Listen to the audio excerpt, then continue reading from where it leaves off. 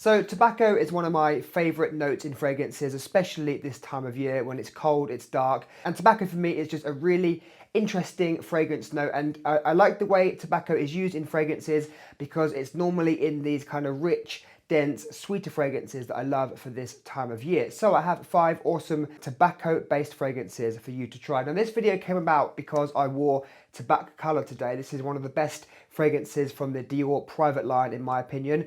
And we're going to get to this fragrance in just a moment, but I thought about some of the other really good tobacco-based fragrances I've got in my collection, and I came up with these 5. So Mancera's Red Tobacco, I would say, is a really good entry level to niche fragrances because this can be had for a fairly cheap price. You can find Red Tobacco on discounted websites for around about £100 for 120ml, which for a strong niche fragrance I think is really good value for money. Now, Mancera have a lot of fragrances, but I think there are only like, you know, between sort of 5 and 10 really good ones, at least out of the ones that I've tried. Mancera's Red Tobacco is in the top 3 fragrances from Mancera. There's a lot going on in here. It's one of those fragrances that smell quite overpowering and maybe off-putting in the opening, but you need to let the fragrance dry down because then it becomes smooth and you get that beautiful smooth tobacco note come through. This one smells really good in the air, so like the sillage around you will be really great with Red Tobacco.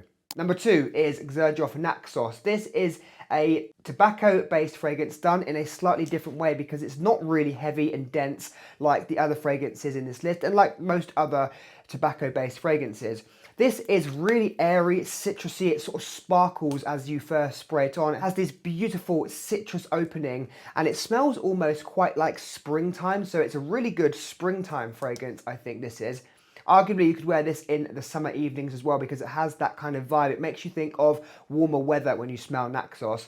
So it's this beautiful, fresh citrus and aromatic opening. Think lavender and citruses. Then as it dries down, you get the tobacco and this beautiful sweet honey, which really rounds this off nicely. It's a great blend of sweet tobacco and really nice, energetic citruses in the opening. Now, moving on to number 3, a really famous tobacco-based fragrance from Parfums de Marly. This is Herod.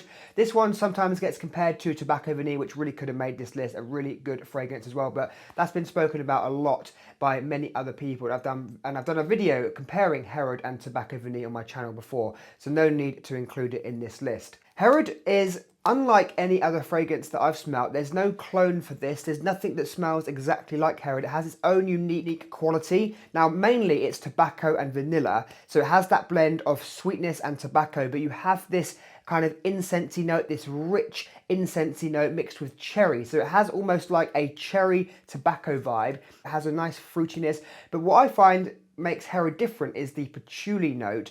Now that is a sort of famous combination in the Parfums de Marly's whole roster. They use these vanilla, tobacco and patchouli notes really well to create almost like a brand DNA. So a lot of fragrances you smell from Parfums de Marly might have a similar backbone, and you can certainly pick it up in Herod. This is not a really loud fragrance like Tobacco Vanille, but it lasts a long time and it's a really inviting, warm, cozy fragrance, and really good for a date night. Now moving on to the last 2, these really are the 2 most special tobacco-based fragrances for me. Tobacco Honey by Guerlain, I think, is one of the best new releases of any designer or niche fragrance over the past sort of 2 or 3 years. And this one, surprisingly, is one of my most complimented fragrances. For some reason, my skin just really latches on to this fragrance, or this fragrance latches onto my skin, I should say. And it's just beautiful. I mean, I love the smell of honey, and this is honey and tobacco like the name suggests, but it's because of the honey rather than like a vanilla scent.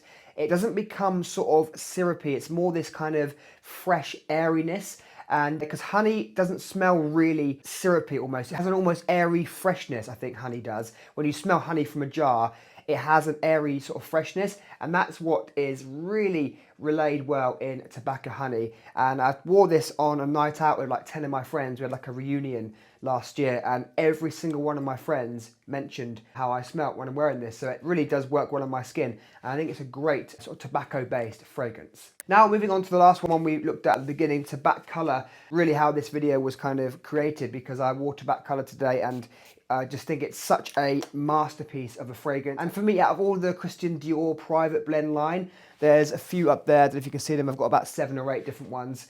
This one is definitely the most enjoyable. It's the best quality. It's just, I get more enjoyment out of this than out of any of the other private blend fragrances from Dior. So this is tobacco, but it's smoky, it's very sweet. It has also this honey note as well, but it's not quite as realistic as it is in tobacco honey. Tobacco honey is really realistic honey notes. It's literally like opening a jar of honey and smelling it. It's very realistic and could be off-putting.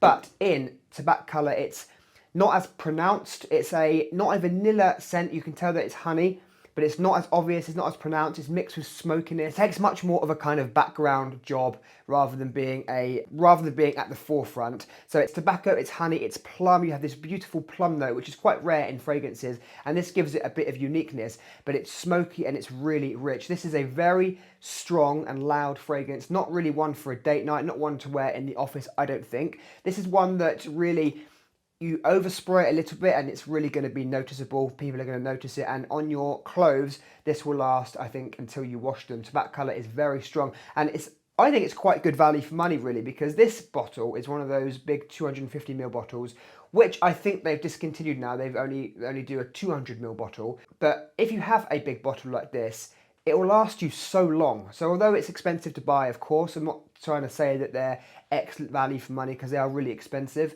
But if you have a big bottle like this, you're not going to wear it every day. And when you do wear it, you need, like, 4 or 5 sprays maximum. So you'll get a lot of years of use out of Tobacolor. This is probably my favorite tobacco fragrance because of the richness, how strong it is. And I love the unique smoky honey plum that you get in here. So these were 5 amazing tobacco-based fragrances. Which one is your favorite? And if you're going on a date, which one would you wear for a date night? If I was going on a date, I would probably wear either Herod or Naxos. I think they are best suited for date nights. If I wanted to be noticed, I would go with either Tobacolor or Tobacco Honey by Guerlain. And Red Tobacco, I think, is a really good entry level because it's cheaper than the other fragrances we looked at.